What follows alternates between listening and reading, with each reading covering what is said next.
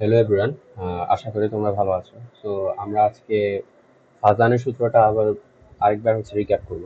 তো ফাজানের সূত্র আমরা লাস্ট ক্লাসে পড়ছিলাম, তো আবার একটু বলি যে ফাজানের সূত্র কাকে বলে। যে আমরা পোলারায়ন কি বলছি, ক্যাটায়ন কর্তৃক অ্যানায়ন আকৃতির বিকৃতিকে পোলারায়ন বলে। যে যৌগের পোলারায়ন যত বেশি ঘটবে সেই যৌগ তত বেশি সমযোজী হবে, ঠিক আছে। তো এই জিনিসগুলো আমরা লাস্ট ক্লাসে পড়ছি। তো আজকে আরো বেশি আমরা ফাজান এর উপর আরো কয়েকটা উদাহরণ দেখবো, কজ এটা খুব ইম্পর্টেন্ট। এটা তোমাদের এক্সামে, রিটেন এক্সামে বিশেষ করে ঘ এবং গ দুইটাতে আসে, এবং মাঝে মধ্যে তোমার এমসিকিউ তে আসে, তুলনা করা হয় যে ধরো একসাথে দুইটা বা তিনটা যৌগ দেওয়া আছে, তো এই যৌগগুলোর মধ্যে কে বেশি আয়নিক, কে বেশি সমযোজী, এই জিনিসগুলো। ওকে, তো আমরা ফাজানের সূত্র যে মানে পড়ছি, তো ফাজানের সূত্রের মাধ্যমে তোমার, বা ফাজানের সূত্র বা নীতি যাই বলো, সেখানে তিনটা নীতি বা তিনটা সূত্রের উপর ভিত্তি করে আমরা সিদ্ধান্ত নিই কার পোলারায়ন বেশি করছে, কার কম করছে, ঠিক আছে। তো আমাদের তিনটা যে নীতি আছে, এই তিনটা নীতি কি কি আছে আমাদের তিনটা নীতি?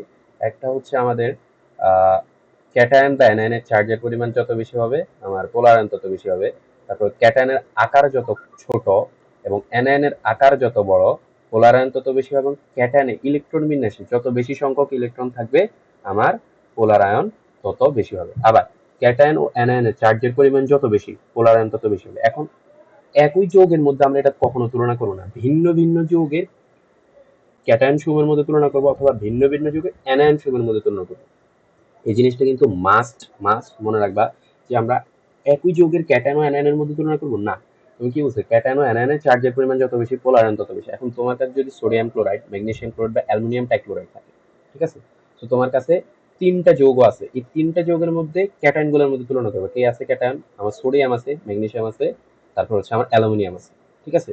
আর অ্যানায়ন কি আছে, তিনোটাতে ক্লোরিন আছে, যেহেতু তিনোটারই চার্জ সমান, তো তিনোটাতে যেহেতু ক্লোরিন, তিনোটারই চার্জ -1, সো তুমি ওই তিনোটার মধ্যে কখনো তুলনা করতে পারবে না। তার মধ্যে এখন তুলনা করতে পারবা হয় ক্যাটায়ন অথবা অ্যানায়ন। তো এখানে ক্যাটায়ন দিয়ে আমরা তুলনা করতে পারতেছি, কারণ আমার সোডিয়াম +1, ম্যাগনেসিয়াম +2 এবং অ্যালুমিনিয়াম +2, ঠিক আছে, এভাবে। তারপর ক্যাটায়নের আকার যত ছোট, অ্যানায়নের আকার যত বড়, পোলারায়ন তত বেশি। সেম ক্যাটায়ন কার সাথে তুলনা করবা? প্রথম যৌগ, বা তোমার কাছে যদি তিনটা যৌগ থাকে তাহলে প্রথম যৌগের ক্যাটায়ন, দ্বিতীয় যৌগের ক্যাটায়ন বা তৃতীয় যৌগের ক্যাটায়ন সমূহের আকারের মধ্যে তুলনা করবা, অ্যানায়ন সমূহের আকারের মধ্যে তুলনা করবা, এভাবে। তারপর ক্যাটায়ন ইলেকট্রন বিন্যাস যত বেশি সংখ্যক ইলেকট্রন থাকবে, তার পোলারায়ন তত বেশি হবে। তো আমার কাছে যে তিনটা নীতি আছে বা তিনটা সূত্র আছে, প্রথমে ফার্স্ট নীতি অ্যাপ্লাই করবা। যদি এইটার মাধ্যমে তুমি আইডেন্টিফাই করতে না পারতেছো যে আমার পোলারায়ন কার বেশি, তাহলে সেকেন্ড নীতি অ্যাপ্লাই করবা, ঠিক আছে। তারপরে যদি তুমি সেকেন্ড নীতিতে পারতেছো না, তাহলে তুমি থার্ড নীতিটা অ্যাপ্লাই করবা। তবে কখনো একসাথে তুমি তিনটা নীতি অ্যাপ্লাই করতে যায় না, যে আমার হ্যাঁ একসাথে তোমার তিনটা নীতি অ্যাপ্লাই করতে হবে, বা যে কোনো একটা যৌগ বা যে কোনো একটা উদাহরণ বা এক্সাম্পল একই সাথে তিনটা ফলো আপ করবে, এই জিনিসটা কিন্তু না, ঠিক আছে। যে কোনো একটা ম্যাচ খেলে হবে, তো ওইটার মাধ্যমে তুমি সিদ্ধান্তটা নিতে পারবা যে কার পোলারায়ন বেশি হয়েছে বা কম হয়েছে। এখন আমরা জানি যে পোলারায়ন বেশি হলে সে যৌগ সমযোজী হয়, ঠিক আছে। কেন বেশি সমযোজী হয় বা কেন কম আয়নিক হয়, এই জিনিসগুলো আমরা লাস্ট ক্লাসে খুব ডিটেলস করছি ক্লাসে।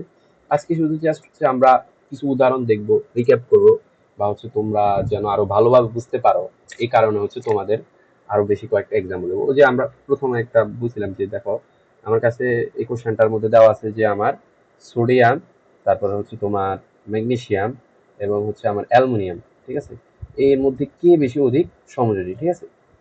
এখন আমরা প্রথমে আসি যে কিভাবে তুলনা করব। প্রথম নীতি, যে আমার ক্যাটায়ন বা অ্যানায়নের চার্জের পরিমাণ যত বেশি, পোলারায়ন তত বেশি। এখন দেখো তো, তোমার অ্যানায়ন কি আছে, এখানেও ক্লোরিন আছে, এখানেও ক্লোরিন, এখানেও ক্লোরিন, ঠিক আছে। সো তিনো জায়গায় যদি তোমার কাছে ক্লোরিন আছে, এই যে এখানেও ক্লোরিন, এখানেও ক্লোরিন, এখানেও ক্লোরিন, সো অ্যানায়ন গুলোর মধ্যে তুমি তুলনা করতে পারতেছো না, কেন? আমার ক্লোরিন তো -1, ঠিক আছে।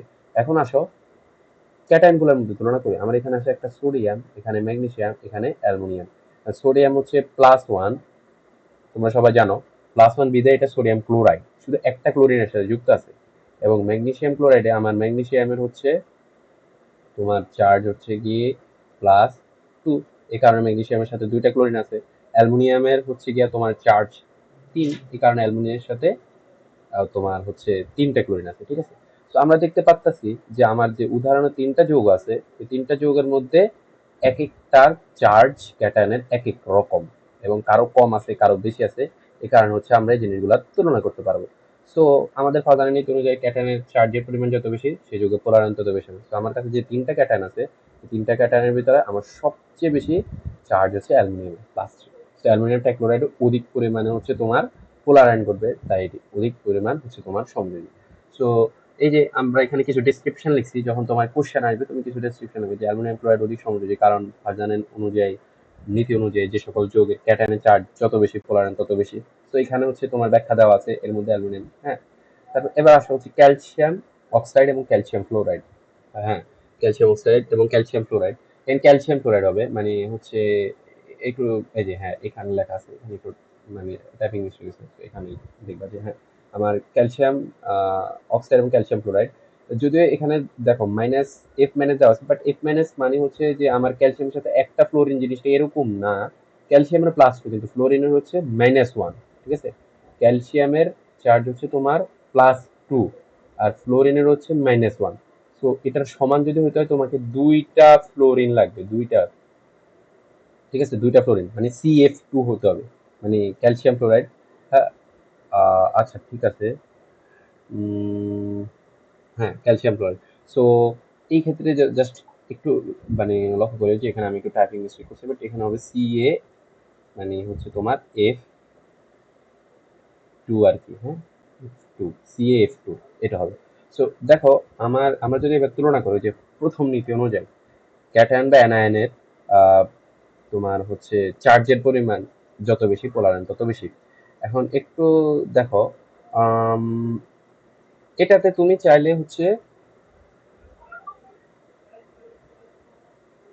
এটাতে তুমি চাইলে হচ্ছে আচ্ছা এই কোশ্চেনটার মধ্যে একটু দেখো, এই কোশ্চেনটাতে দুইভাবে তুলনা করা হয়েছে। দেখো আমি যেখানে ডিসক্রিপশন করছি এখানে হচ্ছে আরেকটু বের হয়ে আমাদের সেকেন্ড নীতি দিয়ে তুলনা করছে যে ক্যাটায়ন বা অ্যানায়নের মানে আকারের উপর ভিত্তি করে যে তুলনা করা হয়েছে, কোনটার উপরে যে ক্যাটায়ন আকার যত ছোট এবং অ্যানায়নের আকার যত বড় পোলারায়ন তত বেশি। তো এখানে দেখানো হয়েছে যে তোমার অক্সিজেনের আকার ফ্লোরিনের আকার চেয়ে বেশি, এই কারণে হচ্ছে তোমার ক্যালসিয়াম অক্সাইডে তোমার হচ্ছে পোলারায়ন বেশি করছে। তো এটা অধিক সমযোজী। এখন তুমি চাইলে আরো কিভাবে হচ্ছে এই জিনিসটা ব্যাখ্যা করতে পারো, কেন? কারণ আমার কাছে হচ্ছে নীতি এক আছে, ক্যাটায়ন ও অ্যানায়নের চার্জের পরিমাণ যত বেশি পোলারায়ন তত বেশি। তো এখানে একটু লক্ষ্য করো, আমার প্রথমটা হচ্ছে আমার হচ্ছে কি ক্যালসিয়াম অক্সাইড। ঠিক আছে, ক্যালসিয়াম অক্সাইড, পরেরটা হচ্ছে আমার ক্যালসিয়াম ফ্লোরাইড। এখানে আমি এভাবে আছে, হ্যাঁ, পরেরটা হচ্ছে আমার ক্যালসিয়াম ফ্লোরাইড। মাউস দিয়ে লিখতেছি তো লেখা ভালো হইতেছে না, বাট একটু বুঝে নিও আর কি। হ্যাঁ, ক্যালসিয়াম ফ্লোরাইড। ঠিক আছে, So, এবার একটু লক্ষ্য করো, আমার ক্যালসিয়াম অক্সাইড এবং ক্যালসিয়াম ফ্লোরাইড দুইটাতেই ক্যাটায়ন হিসেবে আছে আমার ক্যালসিয়াম। এখানেও ক্যালসিয়াম, এখানেও ক্যালসিয়াম। ঠিক আছে, সো দুইটাই যেহেতু ক্যালসিয়াম ব্যবহার করেছে, ক্যাটায়ন সমান চার্জ কিন্তু দুইটা জায়গায় সমান, সেটা কে +2। কিন্তু দেখো তো ক্যালসিয়াম অক্সাইডে অ্যানায়ন হিসাবে কি আছে অক্সিজেন, অক্সিজেনের কিন্তু চার্জ -2। ঠিক আছে, আর ক্যালসিয়াম ফ্লোরাইডে আমার অ্যানায়ন হিসাবে আছে কে ফ্লোরিন, ফ্লোরিনের চার্জ হচ্ছে কিন্তু -1।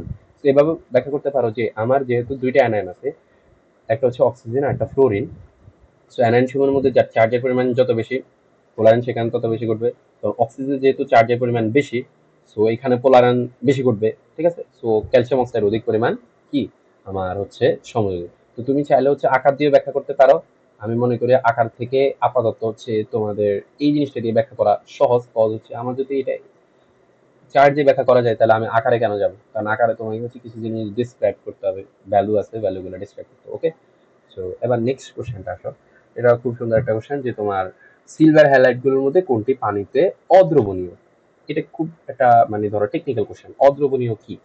অদ্রবণীয় বলতে ধরো এই জিনিসটা বুঝেছে যে ধরো আমরা সাধারণত মানে যারা পানিতে দ্রবীভূত হয় না, ঠিক আছে, অদ্রবণীয় এটাই মানে হচ্ছে কথা। তবে এখানে টেকনিক্যালি কি জিনিস এসেছে যে কোনটা আয়নিক বেশি, আর সরি কোনটা আয়নিক বেশি না, কোনটা অধিক পরিমাণে সমযোজী। কেন আমি বলি, সমযোজী অণুগুলা হচ্ছে তোমার সন্নিবেশ বন্ধন গঠন করে। ঠিক আছে, আমরা দেখছি যে আমার পানি, ঠিক আছে, সেটা নিজেও একটা সন্নিবেশ মানে সমযোজী বন্ধন গঠন করে। আরো অনেকেরই দেখছি সমযোজী সন্নিবেশ বন্ধন কি দুইজনে ইলেকট্রন প্রোভাইড করে এবং দুইজনে ইলেকট্রন কি করে সমান পরিমাণে মানে শেয়ার করে। তবে তড়িৎ ঋণাত্মকতার মানের পার্থক্যের কারণে ইলেকট্রন কিছুটা হচ্ছে তোমার মিডল পয়েন্ট থেকে সরে যায়, এই কারণে পোলারিটি সিস্টেম মানে আংশিক ধনাত্মক বা আংশিক ঋণাত্মক। ঠিক আছে, তো সমযোজী যৌগ যেগুলা সেগুলা মানে পজিটিভ চার্জ বা নেগেটিভ চার্জ, সেগুলোকে আমরা বলছি আংশিক ধনাত্মক বা আংশিক ঋণাত্মক, পুরোপুরি পজিটিভ না। যেগুলো আয়নিক যৌগ গঠন করে, কে যেমন হচ্ছে তোমার সোডিয়াম ক্লোরাইড, সেটা সম্পূর্ণ একটা তোমার আয়নিক যৌগ, যেখানে হচ্ছে তোমার জারণ বিজারণ রিয়াকশনের মাধ্যমে তাদের বন্ধন ঘটে, অর্থাৎ একজন ইলেকট্রন শেয়ার করে দেয় কে, সোডিয়াম নিয়নের ইলেকট্রন বিন্যাস লাভ করার জন্য, আর ক্লোরিন সেই ইলেকট্রন কি করে, গ্রহণ করে কার ইলেকট্রন বিন্যাস লাভ করার জন্য, আর্গন ইলেকট্রন বিন্যাস লাভ করার জন্য। তো এটা কিন্তু একটা আয়নিক যৌগ, ঠিক আছে। তো আয়নিক যৌগের গুলোর মধ্যে হচ্ছে তোমার চার্জ অনেক বেশি স্ট্রং থাকে, ঠিক আছে, পজিটিভ এবং নেগেটিভ, এবং এরা পানিতে খুব সুন্দর দ্রবণীয়। যেমন হচ্ছে আমাদের এই যে সোডিয়াম ক্লোরাইড, যেটা একটা খাবার লবণ, আমরা যখন স্যালাইন গুলি বা কোনো কারণে হচ্ছে লবণকে পানিতে মিক্স করি, ঠিক আছে, তো ওই ক্ষেত্রে হচ্ছে তোমার এগুলো খুব সুন্দরভাবে মানে হচ্ছে পানির মধ্যে দ্রবীভূত হয়ে যায়। তবে সমযোজী যৌগগুলা পানির মধ্যে মানে সোডিয়াম মানে কি বলে আয়নিক যৌগগুলোর মতো খুব ভালোভাবে দ্রবীভূত হয় না, কিছুটা প্রিসিপিটেটর সৃষ্টি হয়। সো এই ক্ষেত্রে তোমাকে এই জিনিসটা জানতে চাইছে যে আমার সিলভার হ্যালাইড, হ্যালাইড বলতে ফ্লোরিন ক্রোমিন, ফ্লোরিন ক্লোরিন ব্রোমিন আয়োডিন, এই চারটাকে একসাথে হ্যালাইড মানে তোমার মৌল বলা হচ্ছে, কারণ এরা সবাই হ্যালাইড গ্রুপের, আমরা জানি যে গ্রুপ 17, ঠিক আছে, fluorine chlorine bromine iodine. So এই কারণে বলা হচ্ছে সিলভার হ্যালাইড গুলোর মধ্যে মানে এই চারটার মধ্যে কোনটি পানিতে অদ্রবণীয়, যেটা বেশি সমযোজী সেটা অদ্রবণীয়। সো কোশ্চেন কিন্তু তোমাকে ডিরেক্টলি কখনো এভাবেও নাও জিজ্ঞেস করতে পারে যে কোনটা অধিক আয়নিক বা কোনটা অধিক সমযোজী।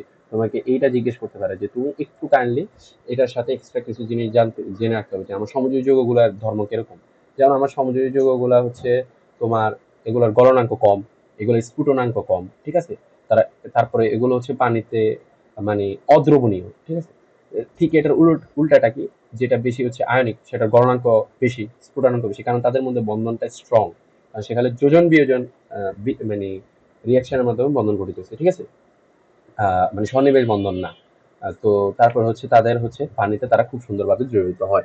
তো কোশ্চেন গুলো কিন্তু এভাবে আসতে পারে, যদি তোমাকে কোনটি মানে দ্রবণীয়, অধিক দ্রবণীয় এটা জিজ্ঞেস করে, তাহলে আমার যেটা কম সমযোজী, সবচেয়ে কম সমযোজী সেটা সবচেয়ে বেশি দ্রবণীয়, আর যেটা সবচেয়ে বেশি সমযোজী সেটা কিন্তু কম দ্রবণীয়, একটা একটার উল্টা, বুঝছো। সো এই জিনিসগুলো কিন্তু মাথায় রাখবা, খুব ভালোভাবে মাথায় রাখবা, তাহলে হচ্ছে এক্সামে ভুল করবা না। সো নিচে একটু দেখো যে আমার ফাজানের নীতি অনুসারে ক্যাটায়নের আকার যত ছোট এবং অ্যানায়নের আকার যত বড়, পোলারিটি তত বেশি। দেখো আমরা কিন্তু এটা আমার প্রথম নীতিটা কি আছে দেখো তো, প্রথম নীতিটা আমি আবার দেখাই, ক্যাটায়ন অ্যানায়নের চার্জের পরিমাণ যত বেশি, পোলারায়ন তত বেশি। সো এটাকে তুমি প্রথম নীতি দ্বারা তুলনা করতে পারতেছো না, কেন পারতেছো না? আমার সবগুলা ক্যাটায়ন মানে এই যে সিলভার, এখানেও সিলভার, এখানেও সিলভার, এখানেও সিলভার, সবগুলো ক্যাটায়ন সিলভার, সবগুলো যদি ক্যাটায়ন সিলভার হয় তাহলে সবগুলার হচ্ছে তোমার চার্জ কি, +1। সিলভারের আমরা জানি কি চার্জ +1। আবার ক্যাটায়ন গুলার মধ্যে আছে ফ্লোরিন, ক্লোরিন, ব্রোমিন, তোমার হচ্ছে আয়োডিন, ঠিক আছে।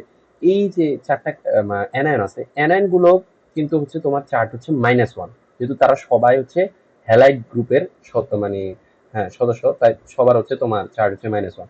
তো তুমি চার্জ দিয়ে তুলনা করতে পারতেছো না যে আমার সবগুলো যৌগের মধ্যে ক্যাটায়নের চার্জ বেশি নাকি অ্যানায়নের চার্জ বেশি। তো এটা দিয়ে যখন তুলনা করতে পারতেছো না, তখন তুমি দ্বিতীয় নীতিতে ফিরে আসছো কে, ক্যাটায়ন আকার যত ছোট এবং অ্যানায়ন আকার যত বড় তত বেশি সমযোজী। এখন ক্যাটায়ন আকার ছোট বলতে তুমি এই চারটা যে যৌগ দেওয়া আছে, চারটা যৌগের ক্যাটায়ন সমূহের আকার তুলনা করবা। এখন চারটা যৌগের ক্যাটায়ন সমূহের মধ্যে চারোটাতেই ক্যাটায়ন হিসাবে সিলভার দেওয়া আছে, তো চারোটার ক্যাটায়নের আকার কিন্তু সমান, কিন্তু অ্যানায়ন গুলো কিন্তু ভিন্ন দেওয়া আছে, একটা ফ্লোরিন, একটা ক্লোরিন, একটা ব্রোমিন, আর একটা কি আয়োডিন। সো অ্যানায়ন সমূহের আকারের মধ্যে তুমি তুলনা করতে পারতেছো, ঠিক আছে। সো আমরা জানি যে গ্রুপ বরাবর উপর থেকে নিচের দিকে গেলে কি হয়, আকার বৃদ্ধি পায়। কেন বৃদ্ধি পায়, কিভাবে বৃদ্ধি পায়, আমরা এগুলো সব খুব ভালোভাবে ডিটেলসে পড়ছি যে কেন বৃদ্ধি পায়, ঠিক আছে। কারণ আমাদের ইলেকট্রন সংখ্যা বৃদ্ধির সাথে সাথে শক্তি স্তর সংখ্যা বৃদ্ধি পায়, তাই হচ্ছে তোমার অসীম থেকে আগত ইলেকট্রন হচ্ছে মানে রাখার জন্য বেশি পরিমাণে স্পেস পাই, এবং কেউ কাকে মানে যথেষ্ট পরিমাণ হচ্ছে আমরা তো আমরা আমাদের গ্রুপ বরাবর উপর থেকে নিচে দিকে গেলে আকার বৃদ্ধি পায়। তো এগুলো হচ্ছে একই গ্রুপে আছে, সবার উপরে আছে ফ্লোরিন, তারপরে আছে তোমার ক্লোরিন, তারপরে আছে তোমার হচ্ছে ব্রোমিন, তারপর হচ্ছে তোমার আয়োডিন। তো একই গ্রুপের ওরা উপর থেকে নিচে দিকে গেছে, নিচে দিকে গেলে আয়োডিন আকার সবচেয়ে বড়। তো আমরা ফাজানি নীতি অনুযায়ী জানি যে অ্যানায়ন বা ক্যাটায়ন আকার যত ছোট অথবা অ্যানায়ন সমূহের আকার যত বেশি বড়, সে তত বেশি হচ্ছে কি তোমার সমযোজী। তো আমার সিলভার আয়োডের অধিক পরিমাণ সমযোজী, যেটা অধিক পরিমাণ সমযোজী সেটা হচ্ছে তোমার কক্ষ তাপমাত্রা অদ্রবণীয়। কক্ষ তাপমাত্রা অদ্রবণীয় বলতে দেখো আমাদের সমযোজী যৌগগুলা যে অদ্রবণীয় জিনিসটা এরকম না, আমি কি বলছি যে ধরো ওরা আয়নিক যৌগের মতো খুব স্বতঃস্ফূর্ত ভাবে মানে হচ্ছে দ্রবীভূত হয় না, ঠিক আছে। ওদেরকে যদি তুমি মানে আয়নিক যৌগগুলা বেশিরভাগ ক্ষেত্রে ওরা ওদের কক্ষ তাপমাত্রায় বেশিরভাগ দ্রবীভূত হয়, তুমি বাইরে থেকে এক্সট্রা হিট দেওয়ার প্রয়োজন হইতেছে না। কারণ যখন আমরা কোনো একটা মিক্সার তৈরি করি ভালো, হ্যাঁ, বা ধরো আমরা যখন চা রান্না করি, চাতে জিনিসপাতি যেমন চা পাতি এটা খুব ভালোভাবে ছড়িয়ে পড়ার জন্য, খুব ভালোভাবে চার একটা ফ্লেভার, হ্যাঁ, টেস্ট পাওয়ার জন্য আমরা কি করি, ভালোভাবে কষাই। কেন? বেশিক্ষণ ধরে আমরা তাপ দিই যেন ভিতর থেকে নির্যাস বা রসগুলা বের হয়ে খুব ভালোভাবে স্ক্যাটার করে, ছড়িয়ে পড়ে, ঠিক আছে। তো চার টেস্ট আরো ভালো হয়। তো অনেক কিছুতে আমরা হচ্ছে তোমার যেন ভালো হয়। যেমন আমরা কি দেখি, আমরা হচ্ছে গ্রামে যারা হচ্ছে এই যে শীতল পাটি বানায়, হ্যাঁ, শীতল পাটি বানানোর সময় যে বেতা বা হচ্ছে যেটাকে বলো, এক একজন এক এক নামে বলে। তো এই শীতল পাটি বানানোর জন্য যে তোমার কাঁচামাল, এগুলাকে যখন রং করা হয়, রঙিন শীতল পাটি, ওগুলাকে কিন্তু হচ্ছে তোমার যে রং দিয়ে রং করা হয়, রঙের গুঁড়া ঠান্ডা পানিতে দেওয়া হয় না, কি করা হয়, উতরানো একটা গরম পানির ভিতরে হচ্ছে তোমার ওই যে শীতল পাটির যে কি বলে স্ট্রাইপ বা বেতা যাই বলো, ওই জিনিসগুলোকে হচ্ছে চুবানো হয়, তারপর হচ্ছে তোমার ডাই বা রং দেওয়া হয়, যার ফলে কি হয়, খুব ভালোভাবে অ্যাবজর্ব করে। সো আমাদের তাপমাত্রা কিন্তু খুব একটা ইম্পর্টেন্ট জিনিস। আমরা টেম্পারেচারের মাধ্যমে কিন্তু অদ্রবণীয় যৌগুলাকে আমরা হচ্ছে দ্রাবকের মধ্যে খুব ভালোভাবে দ্রবীভূত করতে পারি। সো এখানে এটাই বলছে যে আমার যদি তুমি টেম্পারেচার না দাও, তাহলে কিন্তু সিলভার আয়োডাইড কি বলে, বাইরে থেকে এক্সট্রা তাপ না দাও, তাহলে সিলভার আয়োডাইড কিন্তু দ্রবীভূত হবে না, ঠিক আছে। এটাই বলছি। এক্সট্রা অত বেশি কিছু আমি তো তোমাদেরকে বোঝানোর জন্য উদাহরণ দিচ্ছি, এক্সট্রা ওগুলা লেখার দরকার নেই, তুমি এই নীতিটা ভালোভাবে লিখতে পারলেই, ঠিক আছে। এখন আরেকটা জিনিস দেখো, অ্যালুমিনিয়াম টাইফ্লোরাইড আয়নিক যৌগ হলো অ্যালুমিনিয়াম টাইক্লোরাইড সমযোজী। সমযোজী শক্তি প্রবল কেন? এটা কিন্তু খুবই এটা কিন্তু খুবই ইম্পর্টেন্ট একটা কোশ্চেন। এটা দেখো যে অ্যালুমিনিয়াম টাইক্লোরাইড আয়নিক যৌগ হলো অ্যালুমিনিয়াম টাইক্লোরাইড অণুতে সমযোজী শক্তি প্রবল কেন? মানে কম্পারিজন করা হয়েছে, দুইটার মধ্যেই সমযোজী শক্তি আছে, ঠিক আছে, বা দুইটার মধ্যে আয়নিক একটা মানে কি বলে ধর্ম আছে, বাট কম্পারিজন করা হয়েছে যে আমার অ্যালুমিনিয়াম টাইক্লোরাইড আয়নিক যৌগ হলো অ্যালুমিনিয়াম টাইক্লোরাইড সমযোজী শক্তি প্রবল কেন, মানে আমার আয়নিক ওর মধ্যে আয়নিক ধর্ম আছে, বাট আয়নিক ধর্ম হচ্ছে ওর মধ্যে সমযোজী ধর্মটা বেশি, ঠিক আছে। এরকম আর কি কাইন্ড অফ যে, হ্যাঁ, মানে ধরো খুব সহজে যদি আমি উদাহরণ দিই, ধরো হচ্ছে একজন মানুষ গ্রাম থেকে ঢাকা আসছে, ঠিক আছে, তার গ্রামের আঞ্চলিকতা আছে, কথার মধ্যে একটা টোন আছে, ঠিক আছে। কিন্তু ধরো বেশিরভাগ মানুষ হচ্ছে ধরো ঢাকা আসলে শিশুদ্ধ ভাষায় বা মানে কি বলে চলিত বইয়ের ভাষায় কথা বলার চেষ্টা করে, ঠিক আছে। কিন্তু অনেকের মধ্যে দেখা যায় যে এই যে শুদ্ধ ভাষায় কথা বলার চেয়েও তার গ্রামের যে টোনটা সেটা বেশি, ঠিক আছে। যদিও সে শুদ্ধ ভাষায় কথা বলে, বাট শুদ্ধ ভাষায় কথা বলার পরিমাণটা কম এবং আঞ্চলিকতার টোনটা বেশি, এবং দুইটা টোনই কিন্তু তার মধ্যে উপস্থিত। তো কেউ একটু বেশি, কেউ একটু কম, এই জিনিসটা তুলনা করছে যে আমার অ্যালুমিনিয়াম টাইক্লোরাইড আর নিচে বলো অ্যালুমিনিয়াম টাইক্লোরাইড অণুতে সমযোজী শক্তি কেন প্রভাব, ওই যে ফাজানের নীতি অনুসারে ব্যাখ্যা করবা যে আমার ক্যাটায়ন কে আছে, দুইটা জায়গায় হচ্ছে আমার অ্যালুমিনিয়াম আছে, এবং দুইটারই হচ্ছে চার্জ হচ্ছে ক্যাটায়ন সময় প্লাস থ্রি, অ্যালুমিনিয়ামের প্লাস থ্রি, অ্যালুমিনিয়ামেরও প্লাস থ্রি। সো ক্যাটায়নের চার্জের তুলনা করতে পারতেছ না, আমরা প্রথম নীতি ক্যাটায়ন বা অ্যানায়নের চার্জের পরিমাণ যত বেশি, পোলার আয়ন তত বেশি করবে, ঠিক আছে। তো আমার এখানে হচ্ছে তোমার ফ্লোরিন আছে, এখানে হচ্ছে তোমার ফ্লোরিন আছে, ফ্লোরিনের চার্জ হচ্ছে -1, ফ্লোরিনের হচ্ছে কি -1। তোমরা কিন্তু সবসময় সিঙ্গেল চিন্তা করবা, অণু নিয়ে চিন্তা করবা না, মৌল নিয়ে চিন্তা করবা বা একটা পরমাণু নিয়ে চিন্তা করবা। এখানে তিনটা ক্লোরিন, থ্রি ক্লোরিন মাইনাস দিবা না, একটা ক্লোরিন নিয়ে চিন্তা করবা, একটা ক্লোরিন নিয়ে চিন্তা করবা, যে থাকো সে একটা হিসাবে চিন্তা করবো, অণু হিসাবে চিন্তা করবা না, ঠিক আছে। তো এখন আমরা জানি যে, তো চার্জের তুলনা করতে পারতেছি না যে আমার ক্যাটায়নের চার্জের পরিমাণ যত বেশি বা অ্যানায়নের চার্জের পরিমাণ যত বেশি, পোলার আয়ন তত বেশি বেশি করবে। চার্জের তুলনা করা যেতেছে না, কারণ দুইটারই যোগের চার্জ গুলা সমান সমান, ক্যাটায়নের এবং অ্যানায়নের। আসলে আকার দিয়ে তুলনা করি, আকার ক্যাটায়নের আমরা তুলনা করতে পারতেছি না কেন? কারণ ক্যাটায়ন দুইটা জায়গায় আছে অ্যালুমিনিয়াম, ঠিক আছে।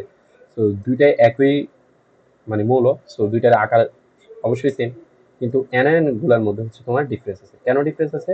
তোমার অ্যানায়ন একটা হচ্ছে তোমার কে আছে, একটা হচ্ছে তোমার ফ্লোরিন আছে, আরেকটা হচ্ছে ক্লোরিন আছে।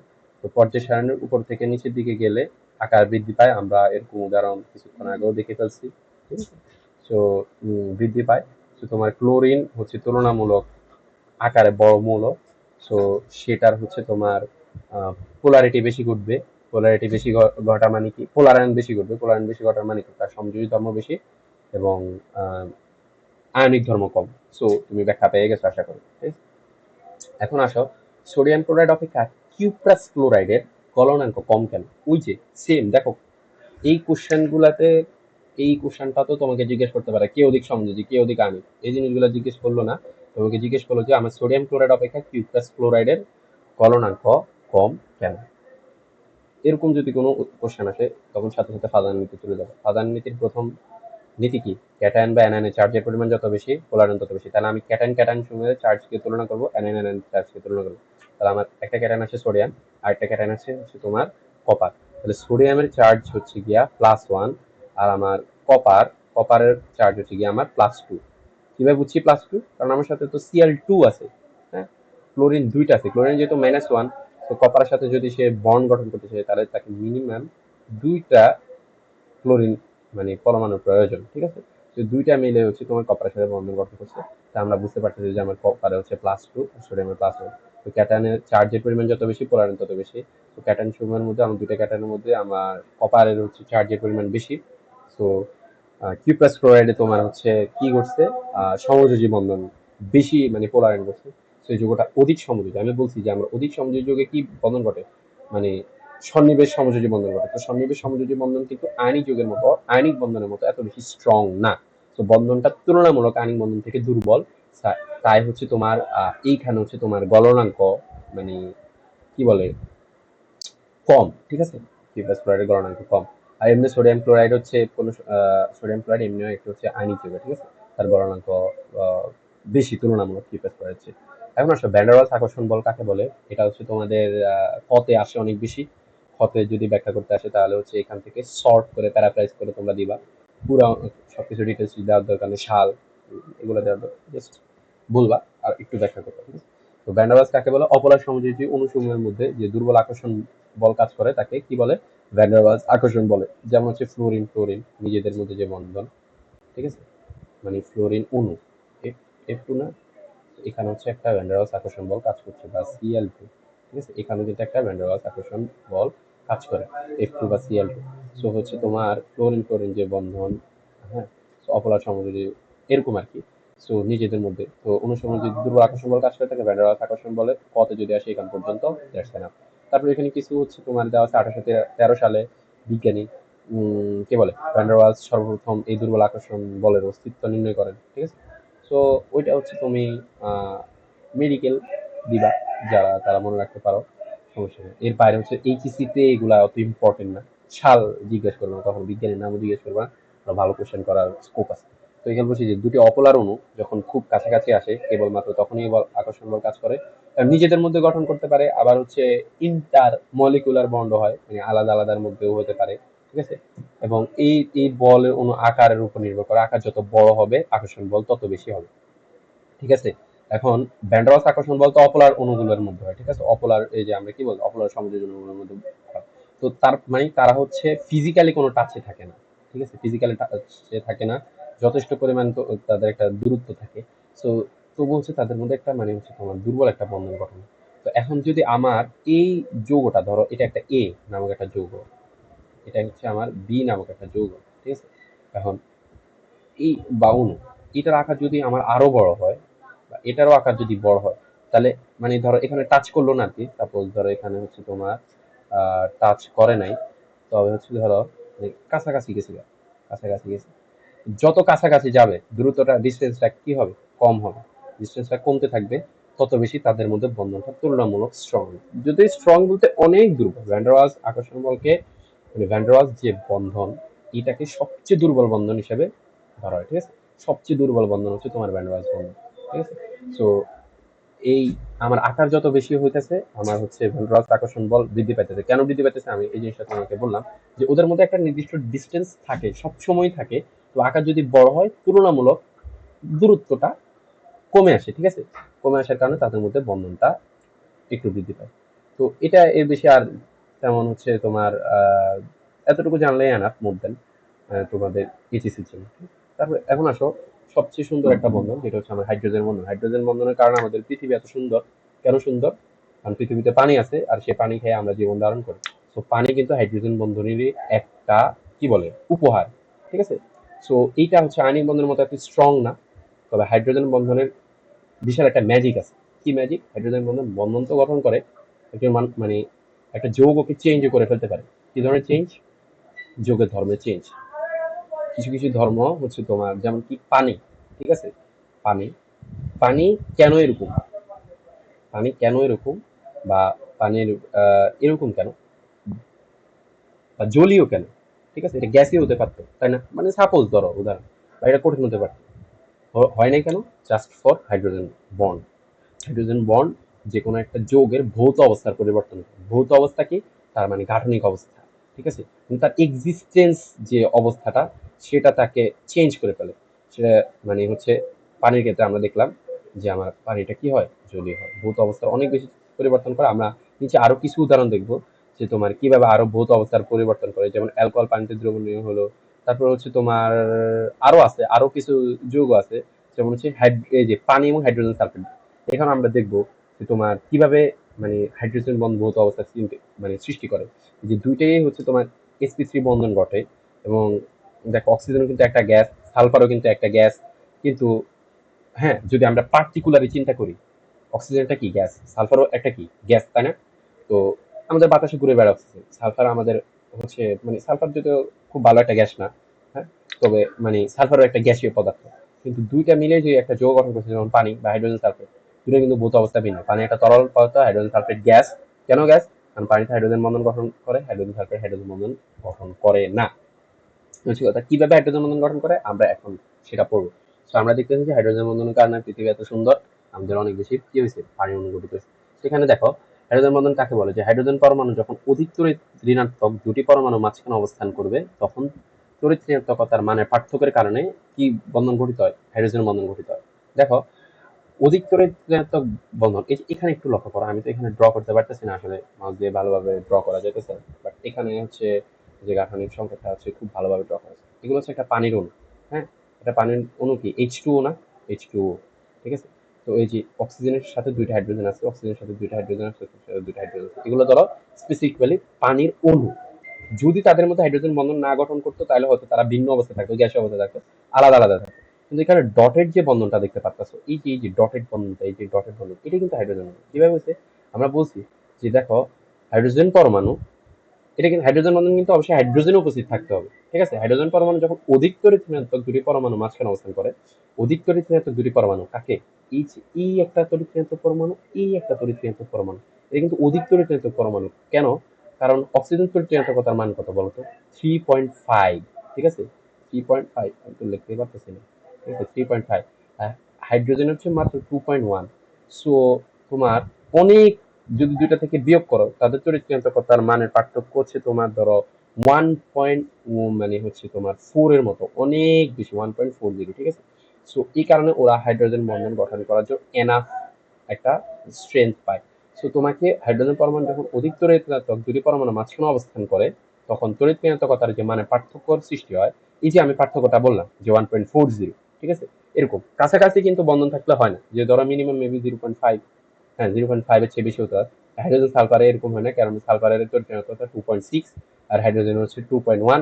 তো বিয়োগ করলে হয় 0.4 বা 0.5 এর মতো, 0.5 এর চেয়ে বেশি হতে হয়, ঠিক আছে। 0.4 বা 0.5 হয়। সো এটা হাইড্রোজেন বন্ধন গঠন করার জন্য প্রপার স্ট্রেংথ পায় না, ঠিক আছে। সো একে দুর্বল বন্ধন। আচ্ছা দেখো, এখন দেখো আবার আমি বলি যে তড়িৎ ঋণাত্মক দুটি পরমাণুর মাঝখানে যখন অবস্থান করে, তখন তড়িৎ ঋণাত্মকতার মানে পার্থক্যের কারণে হচ্ছে তোমার কি হয়, এই বন্ধন গঠন, এই এক প্রকার দুর্বল বন্ধন তৈরি হয়। বন্ধনটা কিন্তু দুর্বল, তুলনামূলক দুর্বল স্ট্রেংথলি। যদি তুমি পার্টিকুলারলি প্রত্যেকটা বন্ধনের স্ট্রেংথের কথা চিন্তা করো, যে আমার এই বন্ধনটা, এই যে এই ডটেড বন্ধনটা, এগুলো কিন্তু তুলনামূলক দুর্বল। তবে ওই যে 10 মিলে করি কাজ, হারি জিতি না বা হচ্ছে ধরো না না একতাই বল, এই উদাহরণটা সবচেয়ে মানে পারফেক্ট উদাহরণ হাইড্রোজেন বন্ধনের কারণ। একতাই বল যখন অনেক বেশি পরিমাণ অণুর মধ্যে হাইড্রোজেন বন্ধন গঠন করে, তারা জালিকার মতো, নেইটের মতো তৈরি করে, তখন তাদের ভৌত অবস্থার কি হয়, চেঞ্জ হয়, ঠিক আছে। সো এই জিনিসটা হয়েছে যে দুটি পোলার অণু এবং তড়িৎ ঋণাত্মক অণুর পার্থক্যের কারণে এই যে সেতু বন্ধনটা সৃষ্টি হয়েছে। এই যে আর অক্সিজেন, এটা হচ্ছে ধরো প্রথম অণু, ঠিক আছে। আমি হচ্ছে ভিন্ন আরেকটা কালার দিয়ে দেখাই। কি কালার হচ্ছে, একটা ডিপ কালার, হলুদ কালারটা দিয়ে দেখাই। হচ্ছে এই যে দেখো, এটা হচ্ছে আমার ফার্স্ট অণু, এটা হচ্ছে আমার সেকেন্ড অণু। এই সেকেন্ড অণু অক্সিজেনের সাথে ফার্স্ট অণু অক্সিজেন, এই দুইটার মাঝখানে যে হাইড্রোজেন আছে, তাদের মধ্যে বন্ধন হবে।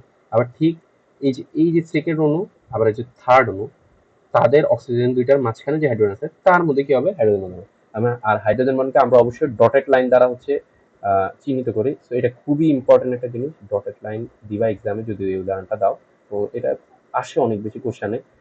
এটা হচ্ছে মানে এটা তো তোমার বেসিকটা, কনসেপ্টটা, কিন্তু আমরা কনসেপ্টটা বুঝছি, কোশ্চেন তো আসবে ওই যে পানি এবং হাইড্রোজেন সালফেটের উদাহরণটাতে, ঠিক আছে, যে আমার দুটাতে সেম রকম হচ্ছে বন্ধন গঠন করার কথা, কিন্তু ভৌত ধর্মের কেন ভিন্নতা, ওই ধরনের কোশ্চেনে আসে মূলত।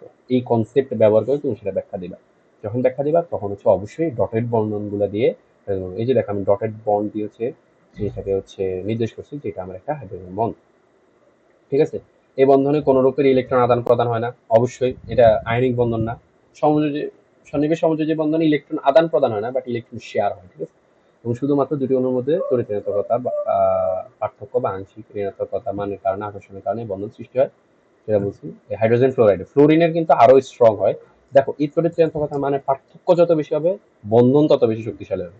ফ্লোরিনের তড়িৎ ঋণাত্মকতার মান কত আমার? 4, ঠিক আছে। ফ্লোরিনের তড়িৎ ঋণাত্মকতার মান 4, আর হাইড্রোজেনের কত? 2.1। তাহলে হচ্ছে তোমার বিয়োগ করলে হচ্ছে 1.9, যেটা পানির যে তড়িৎ ঋণাত্মকতার মানের পার্থক্য তার চেয়ে তুলনামূলক বেশি। কারণ পানিতে অক্সিজেন তড়িৎ ঋণাত্মকতার মান কত? 3.5, আর হাইড্রোজেনের কত? 2.1। সেখানে কিন্তু তড়িৎ ঋণাত্মকতার মানের পার্থক্য হচ্ছে তোমার 1.40। সো এটা হচ্ছে এখানে স্ট্রং বেশি, কারণ এখানে হচ্ছে 1.90 মতো। সো সবচেয়ে বেশি যে স্ট্রং মানে হাইড্রোজেন বন্ধন গঠন করে হাইড্রোজেন ক্লোরাইড, কারণ আমার পুরো পর্যায় সারণীতে সবচেয়ে স্ট্রং, সবচেয়ে বেশি তড়িৎ ঋণাত্মক মনে হচ্ছে আমার ফ্লোরিন, ঠিক আছে। এই হচ্ছে কথা। আচ্ছা, অ্যালকোহল পানিতে দ্রবণীয় হলেও অ্যালকিন কেন পানিতে দ্রবণীয় নয়? সো অ্যালকোহল যদি দেখো, অ্যালকোহলের স্ট্রাকচারটা যদি একটু লক্ষ্য করো, মানে আমি যদি একটু লিখি যে CH3, আরে লিখতে তো পারতেছি না, মানে CH3, হ্যাঁ। এখন এটা এটা এটা ধরে নিতে পারো অ্যালকোহল বলতে, অ্যালকোহল তো একটা হচ্ছে কার্যকারী মূলক, হ্যাঁ। সো ও OH থাকলে মানে বুঝতে হবে যে আমার কে আছে? অ্যালকোহল আছে, ঠিক আছে। OH থাকলে আমরা বুঝতে হবে কে আছে? অ্যালকোহল আছে। কারণ এটা হচ্ছে একটা মিথানল, ইথানল থাকতে পারে, মিথানল, ইথানল, প্রোপানল, বিউটানল, এসবগুলো থাকতে পারে। ফেনল আছে, তোমরা পড়বা যে এটা একটা হচ্ছে তোমার চাকরিক যৌগ, ঠিক আছে, ফেনল। তো ওগুলো সব হচ্ছে অ্যালকোহল যৌগ, ঠিক আছে। এগুলো হচ্ছে একটা জৈব যৌগ, মিথানল, ইথানল, ঠিক আছে। তো এই ইথানল, এই ক্ষেত্রে এই যে মিথাইল মূলক বা অ্যালকাইল মূলক যেটা CH3, এটাকে আর দ্বারা প্রকাশ করা হয়। আশা করি তোমরা মানে 9-10 যখন পড়ছো তখন জানছো। আমরা যখন জৈব যৌগ পড়বো তখন আরো ডিটেলস এই জিনিসগুলো ভালোভাবে জানবো। এই যে মিথাইল মূলককে হচ্ছে তোমার আর দ্বারা প্রকাশ করা, মানে অ্যালকাইল মূলক, মানে এখানে মানে মিথাইল মূলক থাকতে পারে, ইথাইল মূলক থাকতে পারে, অনেক কিছু থাকতে পারে। তো এটাকে আমি আর দ্বারা প্রকাশ করছি। আর দেখো OH আছে না, এই যে মিথাইল মূলকে কে আছে? একটা হাইড্রোজেন আছে, অবশ্যই মিথাইল মূলকে CH3, ঠিক আছে। মিথাইল মূলক হচ্ছে CH3, আর ইথাইল মূলক হচ্ছে তোমার CH3CH2, ঠিক আছে। CH3CH2, এটা হচ্ছে আমার একটা ইথাইল মূলক। এবং শেষে যদি এবং তারপরে যদি OH থাকে তাহলে সেটা হচ্ছে আমার ইথানল, ঠিক আছে, যেটা দিয়ে মূলত হচ্ছে আমার অ্যালকোহলটা বেশিরভাগ ক্ষেত্রে তৈরি করা হয়। তো মিথানল কিন্তু খুবই বিষাক্ত একটা পদার্থ, এবং ফেনলও বিষাক্ত, ঠিক আছে। ফেনল বিষাক্ত, এবং ইথানল হচ্ছে তোমার, মানে মিথানল হচ্ছে তোমার পানযোগ্য না, বা এগুলা বিষাক্ত। সো ইথানলটাই হচ্ছে বেশি ব্যবহার করে, ওইটা আমাদের কনসার্ন না। কনসার্ন হচ্ছে আমাদের এখানে যে আমার মিথাইল মূলকের মধ্যেও হচ্ছে তোমার, বা অ্যালকাইল মূলকের মধ্যে হচ্ছে তোমার কে থাকে? অ্যালকাইল মূলক কাকে বলছি? যে CH3 বা হচ্ছে CH3CH2, ঠিক আছে। এই জিনিসগুলোকে আমরা অ্যালকাইল মূলক বলছি। আর তার মধ্যে কি আছে? হাইড্রোজেন আছে অ্যালকাইল মূলকের ভিতরে। আর OH, যেটা হচ্ছে অ্যালকোহলের কার্যকরী মূলক। কার্যকরী মূলক কি, ওইটাও আমরা ভালোভাবে জানবো, এটা এখন তোমাদের জানার প্রয়োজন নাই। সো এভাবে এভাবে থাকে। তো পরে যদি আরো একটা মানে হচ্ছে তোমার কে থাকে, হচ্ছে তোমার মানে একটা অ্যালকোহল আছে, এভাবে অ্যালকোহল অণুগুলো আছে, অ্যালকোহল অণুগুলো আছে। এই পাশটা আমি হচ্ছে ভুলে ড্রয়িং করে ফেলছি, এক পাশে হচ্ছে তোমার এই যে, মানে ধরো এই পাশে এত কাছাকাছি ড্রয়িং করা উচিত নয়। ধরো এই পাশে একটা অক্সিজেন আছে, ঠিক আছে। এখানে একটা আর আছে, এখানে একটা আর আছে, ঠিক আছে। এগুলো হচ্ছে সব এখান পর্যন্ত একটা অ্যালকোহল অণু।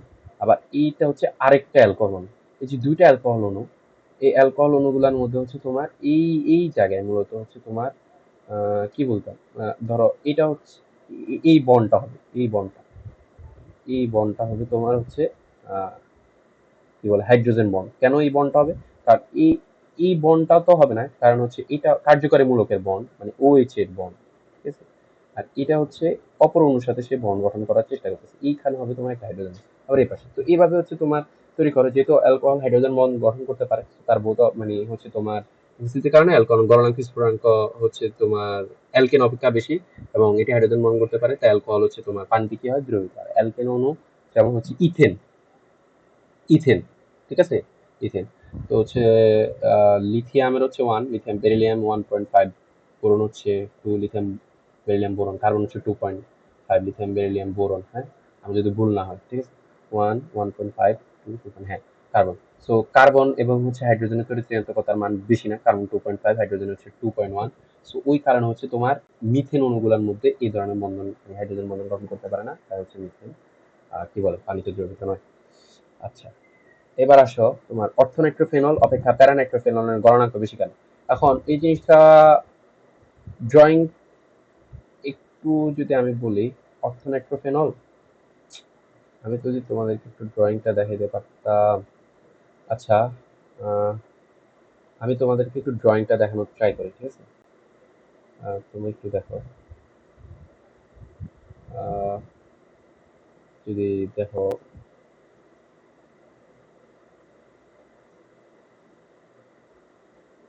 আমি ড্রয়িংটা দেখাইতেছি, দাঁড়াও। অর্থ নাইট্রোফেনল, অর্থ নাইট্রোফেনল। সো অর্থ নাইট্রোফেনলটার ইমেজে যদি তুমি একটু লক্ষ্য করো, এই যে এটা আমার একটা অর্থ নাইট্রোফেনল। এখন 2, 4, 6 যে কোনো একটা বেনজিন রিংয়ে, ঠিক আছে, যে কোনো একটা বেনজিন রিংয়ে 2, 4, 6, এই যে এখানে, এই যে বেনজিন রিং এর মধ্যে হচ্ছে তোমার 2, 4, 6 এই জিনিসগুলাকে, এটা হচ্ছে 1 নং কার্বন, এটা 2 নং, এটা 3 নং, এটা 4, এটা 5, এটা 6, যে 2, 4, 6 এই অবস্থাগুলোকে তোমার হচ্ছে কি বলা হয়, অর্থ গ্রুপ বলা হয়, ঠিক আছে, অর্থ গ্রুপ বলা হয়। আর হচ্ছে এই যে এটা 1 নং কার্বন, এটা 2, এটা 3, এটা 4, এটা 5, এটা 6, ঠিক আছে।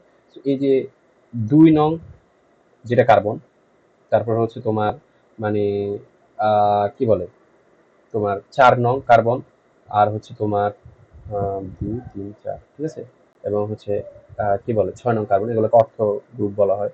মানে অর্থ গ্রুপ বলতে অর্থ প্যারা আর কি, অর্থ প্যারা একসাথে বলা হয়, কারণ প্যারা হচ্ছে আমার আবার 4, ঠিক আছে, 2 আর 6 হচ্ছে অর্থ, 4 হচ্ছে আমরা প্যারা, 3 আর 5 হচ্ছে আমার কি মেটা গ্রুপ, ঠিক আছে। এগুলো আরো ভালোভাবে জানবা। একসাথে হচ্ছে 2, 4, 6 একে অর্থ প্যারা গ্রুপ বলা হয়, ঠিক আছে। আর হচ্ছে তোমার মানে সরি 3 আর 5 হচ্ছে আমার মেটা গ্রুপ। সো যদি তোমার অর্থতে থাকে, ধরো হচ্ছে আমি এখানে কি বলছি, একটু আবার আসো, যে তোমাকে কোশ্চেনটা কি বলছে, বলছে যে অর্থনাইট্রোফেনলে বন্ড ওএইচ, যে অর্থনাইট্রোফেনল অপেক্ষা প্যারানাইট্রোফেনলের গলনাঙ্ক বেশি কেন। এখন অর্থনাইট্রোফেনল মধ্যে বন্ড ওএইচ ও বন্ড NO2 এই গ্রুপ দুটি বেনজিন বলের 1 ও 2 নং কার্বনে থাকে। আমরা আবার বলি যে অর্থনাইট্রোফেনলে আমার বন্ড OH এবং হচ্ছে বন্ড NO2, এই যে বন্ড OH এবং বন্ড NO2, এটা 1 নং কার্বন, 1 নং কার্বন এবং 2 নং কার্বনে থাকে, ঠিক আছে, মানে অনেক কাছাকাছি আছে। সো কাছাকাছি থাকার কারণে কি হইতেছে, কাছাকাছি থাকার কারণে এখানে পড়ো যে গ্রুপ দুটির মধ্যে অন্ত আণবিক, অন্ত মানে কি নিজেদের মধ্যে অন্ত, ধরো তুমি হচ্ছে অন্ত আণবিক, এটা ইউনিভার্সিটি উদাহরণ দিয়ে বোঝায়। ধরো আমার একটা ডিপার্টমেন্ট আছে, আমি ধরো TEM করি, ঠিক আছে, বা হচ্ছে ধরো আমি ধরো যে কোনো একটা ডিপার্টমেন্ট, আমার ডিপার্টমেন্টের ধরো হচ্ছে একই ডিপার্টমেন্টের 45, 46 বা 50, ঠিক আছে, এই যে ডিপার্টমেন্ট 3টা আলাদা আলাদা ব্যাচ কিন্তু একই ডিপার্টমেন্ট, এই যে গ্রুপ, এটা হচ্ছে একটা অন্ত আণবিক বন্ধন। একই গোত্রীয় মানুষজন যারা একই জিনিস নিয়ে পড়ালেখা করতেছে, বাট তাদের টাইম ডিউরেশনটা একটু ভিন্ন, ঠিক আছে, but তারা এরা হচ্ছে অন্ত, ঠিক আছে। আর আন্ত কারা কারা, ধরো ডিফারেন্ট টিমের সাথে, ডিফারেন্ট ডিপার্টমেন্টের সাথে যদি আমি খেলি, সেটা হোক যে কোনো ব্যাচ, ঠিক আছে, যে কোনো ব্যাচ, ধরো আমি অ্যাপারেলের সাথে, অ্যাপারেল ইঞ্জিনিয়ারিং এর সাথে খেলছি, ফেব্রিকিং এর, সো এরকম আর কি, ভিন্ন বা ডিফারেন্ট একটা ডিপার্টমেন্ট, সো এটা হচ্ছে আন্ত। সো অন্ত আণবিক বন্ধন মানে নিজেদের মধ্যে একটা বন্ড তৈরি করে। বন্ডটা কোথায় তৈরি করে, আমি যদি আবার একটু আসি, যে বন্ডটা তৈরি করে এইখানে, এইখানে এই জায়গায়, এটা হচ্ছে তোমার হচ্ছে একটা, ওরা বন্ড তৈরি করে এইখানে হচ্ছে, তো তারা হচ্ছে মানে বন্ড তৈরি করে, ঠিক আছে। এই যে এই অক্সিজেনটা আছে না, এই অক্সিজেনটা হাইড্রোজেনের সাথে একটা ডটেড বন্ড তৈরি করে, ঠিক আছে। একটু হচ্ছে তোমরা লিখে নিবা, ঠিক আছে, মানে এখানে তোমরা হচ্ছে এই জিনিসটাকে আলাদাভাবে মানে ভেঙে লিখতে পারো, যে নাইট্রোজেন এই পাশে একটা অক্সিজেন দিলা, এই পাশে একটা অক্সিজেন টেনে দিলা, দিয়ে এই অক্সিজেনটাকে একটু ডটেড বন্ধন দিয়ে হাইড্রোজেন বন্ধন দিয়ে যুক্ত করে দিলা। তো এটা অন্তঃআণবিক বন্ধন গঠিত হয়, ফলে অণুগুলো একক অণু রূপে কাজ করে। যেহেতু অন্তঃআণবিক বন্ধন রূপে কাজ করে, তাই তারা মানে জটিল কোনো বড় যৌগ মানে বড় একটা স্ট্রাকচার তৈরি করতে পারতেছে না, ঠিক আছে। তাই তোমার অর্থ নাইট্রোফেনলের গলনাঙ্ক বা স্ফুটনাঙ্ক তুলনামূলক কম, যেহেতু তারা কোনো বড় একটি স্ট্রাকচার তৈরি করতে পারতেছে না, যার ফলে হচ্ছে তোমার কি বলে নিজেদের মধ্যে বড় কোনো স্ট্রাকচার তৈরি করতে পারতেছে না, তাই হচ্ছে তোমার তাদের গলনাঙ্ক স্ফুটনাঙ্ক কম, ঠিক আছে। আর প্যারানাইট্রোফেনল, প্যারানাইট্রোফেনলের যদি তোমরা একটু আসো, আবার আসি আমরা প্যারানাইট্রোফেনল, দেখো আমরা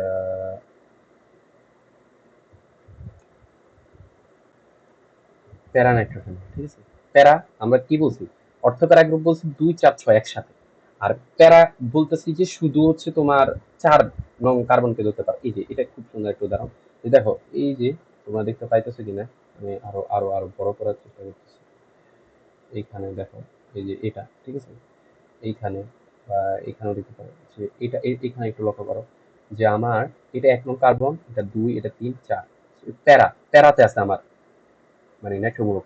তো প্যারাতে থাকার কারণে অনেক দূরে আছে, তাই তারা নিজেদের মধ্যে একবার কাছাকাছি অন্ত অনুবন্ধন গঠন করতে পারতেছে না। অন্ত এই হাইড্রোজেনটা এই অক্সিজেনের সাথে কোনো বন্ধন করতেছে না, বরং এখানে যদি আমি আরো একটা প্যারালালে হচ্ছে তোমার প্যারানাইট্রোফেনল আঁকি, এপাশে আরো একটা আঁকি, আরো একটা আঁকি, তখন তাদের মধ্যকার অক্সিজেন গুলোর মধ্যে তারা বন্ধন গঠন করে। ঠিক আছে, তাদের মধ্যকার অক্সিজেন গুলোর মধ্যে তারা হচ্ছে বন্ধন গঠন করে। আহ, তো এই কারণ হচ্ছে তারা হচ্ছে কি তৈরি করতে পারতেছে, তারা হচ্ছে আহ কি বলে আন্ত আণবিক বন্ধন গঠন করে। যে দেখো আমি এখানে লিখছি, অন্যদিকে প্যারানাইট্রোফেনলে গ্রুপ দুটি পরস্পর থেকে অনেক দূরে বেঞ্জিন বলের 1 ও 4 নং কার্বন অবস্থান করে। তাই তারা আন্ত আণবিক হাইড্রোজেন বন্ধন গঠন করে, অর্থাৎ তারা নিজেদের অণুর মধ্যে বন্ধন গঠন করতে পারতেছে না, ভিন্ন আরেকটা অণুর মধ্যে বন্ধন গঠন করে, যার ফলে তারা আণবিক গুচ্ছের মতো থাকে। এবং হচ্ছে এই কাঠামোটা ভাঙতে তোমার উচ্চ শক্তির বা তুলনামূলক বেশি শক্তির প্রয়োজন হয়। ঠিক আছে, এখন আসো যে আমি এই যে একটা কোশ্চেন করছিলাম যে পানি এবং হাইড্রোজেন সালফার উভয় অণুর মধ্যে পানিতে মানে ভৌত অবস্থা কেন ভিন্ন আর কি, যে আমার পানি তরল কিন্তু হাইড্রোজেন সালফেট গ্যাসীয় কেন, এই জিনিসগুলো আর কি। তো এখানে আমি আবার ব্যাখ্যা করছি যে আমার পানিতে হাইড্রোজেন বন্ধন গঠন হয় কিভাবে গঠন হয়, কারণ অক্সিজেন তড়িৎ ঋণাত্মকতা মানে 3.5, হাইড্রোজেনের 2.1। তো এই যে তড়িৎ ঋণাত্মকতার যে পার্থক্য, এটা একটা মানে এই যে দেখো সমযোজী পোলার অণু গঠনের শর্ত পূরণ করে, কারণ পানি একটা সমযোজী পোলার অণু, তোমরা খুব ভালো করে জানো, কারণ পানিতে সন্নিবেশ বন্ধন গঠন করে এবং সেখানে আংশিক ধনাত্মক আংশিক ঋণাত্মক প্রান্তের সৃষ্টি হয়, তাইকে সমযোজী পোলার অণু বলা হয়েছে। ঠিক আছে, মানে শর্ত পূরণ করে, কারণ 1.4 অনেক বড় একটা পার্থক্য। এটা দিয়ে তুমি একটা হচ্ছে কি বলে সমযোজী পোলার গঠন করতে পারবা। তাই এখানে হাইড্রোজেন বন্ধন গঠন হয়, তাই হচ্ছে তোমার পানি তরল। আর হাইড্রোজেন সালফেটে দেখো, সালফারের তড়িৎ মান 2.5 আর হাইড্রোজেনের 2.1, তাই এদের তড়িৎ মানে যে পার্থক্য সেটা অপোলার সমযোজী অণু গঠনের শর্ত পূরণ করে, পোলার না। এটা কি বলছি, পোলার। আর এখানে কি বলছি, অপোলার, মানে আংশিক ধনাত্মক বা আংশিক ঋণাত্মক প্রান্ত সৃষ্টি হওয়ার কোনো চান্সই নেই। অপোলার সমযোজী বন্ধন গঠনের শর্ত পূরণ করে। এখানে বলছি যে তোমার পোলার অণু বা পোলার সমযোজী অণু গঠনের শর্ত পূরণ করে। ঠিক আছে, তাই পানিতে আংশিক ঘনত্ব নিয়ন্ত্রণে পানির সৃষ্টি হয়। আচ্ছা, সো এই কারণে হচ্ছে তোমার পানি তরল, হাইড্রোজেন সালফেট গ্যাস। খুব সুন্দর, খুব সহজ একটা কোশ্চেন, পারবা আশা করি। যে তোমার নাইট্রোজেন পরমাণুটি NCl3 নাইট্রোজেন টাইক্লোরাইড গঠন করতে পারলেও নাইট্রোজেন পেন্টাক্লোরাইড গঠন করতে কেন পারে না। অন্যদিকে ফসফরাস PCl3 গঠন করতে পারে, কিন্তু এবং এরই সাথে সাথে ফসফরাস পেন্টাক্লোরাইড গঠন করতে পারে। খুব সহজ একটা জিনিস। তোমরা দেখো, আমরা যদি নাইট্রোজেনের মানে ইলেকট্রন বিন্যাস করি, তাহলে দেখেছো 1s2 2s2 2p3, মানে হচ্ছে এটা দুইটা শক্তি স্তরের মধ্যে তার ইলেকট্রন বিন্যাস সীমাবদ্ধ। এই যে একটা শক্তি স্তর, এই যে আরেকটা শক্তি স্তর, এটা 1 নং কক্ষপথ, 2 নং কক্ষপথ। সো তার যেহেতু 2 নং কক্ষপথে কোনো 3D অরবিটাল নাই, ফাঁকা অবস্থা নাই, তাই সে বেশি পরিমাণ ছড়াইতে পারতেছে না। ঠিক আছে, টুপি মানে 2 নং কক্ষপথের ভিতরে থাকতেছে, এবং পি তে আমরা জানি পি উপশক্তি স্তরে 3টা অরবিটাল থাকে, PX P আর PZ। 3টা পর্যন্ত সে মানে কি বলে যোজনী সৃষ্টি করতে পারতেছে। ঠিক আছে, যোজনী মানে কি, বন্ধন গঠনের জন্য যে সিঙ্গেল সিঙ্গেল ইলেকট্রনের যে মানে ফরমেশন সৃষ্টি করা, সেটাই হচ্ছে তোমার যোজনী। হ্যাঁ, সো হচ্ছে সে সিঙ্গেল সিঙ্গেল মোট 3টে ইলেকট্রন তৈরি করতে পারতেছে। সো এই কারণে সে NCl3 গঠন করতে পারে। এখানে আরো নিচে ব্যাখ্যা আছে সুন্দর করে, তোমরা করতে পারো। আর ফসফরাসে আমার কি আছে, ফসফরাসে হচ্ছে তোমার যেহেতু ফসফরাসের 15, ঠিক আছে, পারমাণবিক সংখ্যা, so তার ইলেকট্রন বিন্যাস 3 নং কক্ষপথ পর্যন্ত যায়। তাই 3 নং কক্ষপথে আমার 3D একটা অরবিটাল আছে, সেটা বিশাল ফ্লেক্সিবল, 10টা ইলেকট্রন ক্যারি করতে পারে। ঠিক আছে, তো 10টা ইলেকট্রন ক্যারি করতে পারে বিধায় হচ্ছে তোমার সে অনেক বেশি পরিমাণ হচ্ছে ছড়ায় যেতে পারে। সো 5টা পর্যন্ত, কারণ আমার ডি তে কয়টা আছে বলতো, সো ডি তো সে পুরো 5টা ব্যবহার করা লাগে না, পি এর 3টা ব্যবহার করে, ডি এর একটা নেই, আর এস এর একটা নেই। এই যে মোট 5টা মানে হচ্ছে তোমার সিঙ্গেল ইলেকট্রন ফরমেশন তৈরি করে, 5টা যোজনী ইলেকট্রন তৈরি করে। সো 5টা তৈরি করতে পারে ম্যাক্সিমাম, আবার 3টা তৈরি করতে পারে। তাই PCl3 PCl5 গঠন করতে পারে, নাইট্রোজেন কিন্তু তা পারে না। সেখানে পুরোপুরি ব্যাখ্যা করা আছে যে ডি অরবিটাল সহ, তোমরা ভালোভাবে পড়বা। ঠিক আছে, আর এখানে আর একটু ব্যাকআপ জিনিস আছে, দেখো। ও এই জিনিসটা হচ্ছে তোমার আহ খুব ভালো একটা জিনিস। কার্বন ডাইঅক্সাইড গ্যাস, কিন্তু সিলিকন ডাইঅক্সাইড কঠিন কেন। এটা আপাতত আমরা যে কয়েকটা টপিক পড়ছি, এর কয়েকটা টপিকের সাথে মোটামুটি কাছাকাছি মানে মানে নিয়ার যে টপিকগুলো করছি, এটা একটু দূরের টপিক। আমরা যে সময় হাইব্রিডাইজেশন করছি ওইটার সাথে কানেক্টেড। দেখো কি বলছি, যেমন কার্বন ডাইঅক্সাইডের কেন্দ্রীয় পরমাণুতে কার্বনের sp সংকরণ ঘটে। আমরা বলছি, আমরা উদাহরণ দিচ্ছি কার্বনের sp সংকরণ ঘটে এবং এদের বন্ধন কোণ 180 ডিগ্রি। ঠিক আছে, এই এইভাবে ঠিক আছে বন্ধন কোণ ঘটে। যে ধরো আমি একটু ড্র করার চেষ্টা করি। কারণ এটা হচ্ছে আমার একটা কার্বন পরমাণু। এই পাশে কার্বনের কয়টা হাত বলো তো? 4টা হাত। ঠিক আছে, আর কার্বন ডাই অক্সাইডে কয়টা অক্সিজেন পরমাণু আছে? 2টা অক্সিজেন পরমাণু আছে। এই পাশে একটা অক্সিজেন পরমাণু থাকে, এদিকে 2টা হাত দিয়ে এই পাশে তোমার একটা অক্সিজেন পরমাণু থাকে। আর এটা সরল রৈখিক আকৃতির, জ্যামিতিক আকৃতি এবং বন্ধন কোণ কত? 180 ডিগ্রি, যেহেতু একটা সরল রেখা। ঠিক আছে, তো বন্ধন কোণ কত? 180 ডিগ্রির মতো। তো এইটাতে কি বন্ধন গঠন করা করছে? sp সংকরণ ঘটে, যে আমরা বলছি অণুগুলো অপোলার হয়, এদের মধ্যে দুর্বল ব্যালেন্স আকর্ষণ বল বিদ্যমান এবং তোমার একক অনুরূপে অবস্থান করে বলে সাধারণ সূত্রে কার্বন ডাই অক্সাইড গ্যাসীয়। ঠিক আছে, sp সংকরণ হয়, আকৃতি সরলরৈখিক এবং অপোলার হওয়া। ঠিক আছে, অপোলার হয় এবং এদের মধ্যে দুর্বল ভ্যান আকর্ষণ বল কাজ করে। ঠিক আছে, এবং হচ্ছে গ্যাসীয় এবং গলনাঙ্ক স্ফুটনাঙ্ক কম। অন্যদিকে সিলিকন ডাইঅক্সাইডে সিলিকনের কি ঘটে? সিলিকনের হচ্ছে তোমার sp3 সংকরণ ঘটে, তাই হচ্ছে তোমার সেই বিশাল একটি স্ট্রাকচার জালিকার মতো গঠন করতে পারে, তাই সে হচ্ছে তোমার কঠিন হয়। ঠিক আছে, তো এই ব্যাখ্যাটাও দিবা ভালোভাবে। আহ এটা হচ্ছে কথা, আজকের ক্লাস এতটুকুই। সো আমি তোমাদের কারণ কিছু ডেটা দেওয়ার ইচ্ছে ছিল এই অধ্যায়, বিশেষ করে অধ্যায় 3-তে। বাট হচ্ছে আমাদের যেহেতু টাইম অনেক কম, তোমরাও নিতে ক্যাপেবল না, ইটস স্যাড বাট ট্রু। ঠিক আছে, তো এই কারণে আমি আরো অনেক কিছু দেওয়ার ইচ্ছা ছিল, বাট আসলে আমাদের সময়ও নেই, এইচএসসি কাছে চলে আসছে। সো হচ্ছে এই অধ্যায় আপাতত এখান পর্যন্তই এনাফ। তোমাদের আশা করি সৃজনশীল অ্যান্সার করার জন্য এই কোশ্চেনগুলো যদি খুব ভালোভাবে পড়ো, ইনশাআল্লাহ এক্সামে ভালো কিছু একটা করতে পারবা। তবে হ্যাভ টু বি কেয়ারফুল, হচ্ছে কি অ্যান্সার করতেছো, কি জানতে চাইছে, ওই জিনিসগুলো খুব ভালোভাবে কেয়ারফুলি হচ্ছে দেখবা। এটা খুবই ইম্পর্টেন্ট, খুবই ইম্পর্টেন্ট, খুবই ইম্পর্টেন্ট।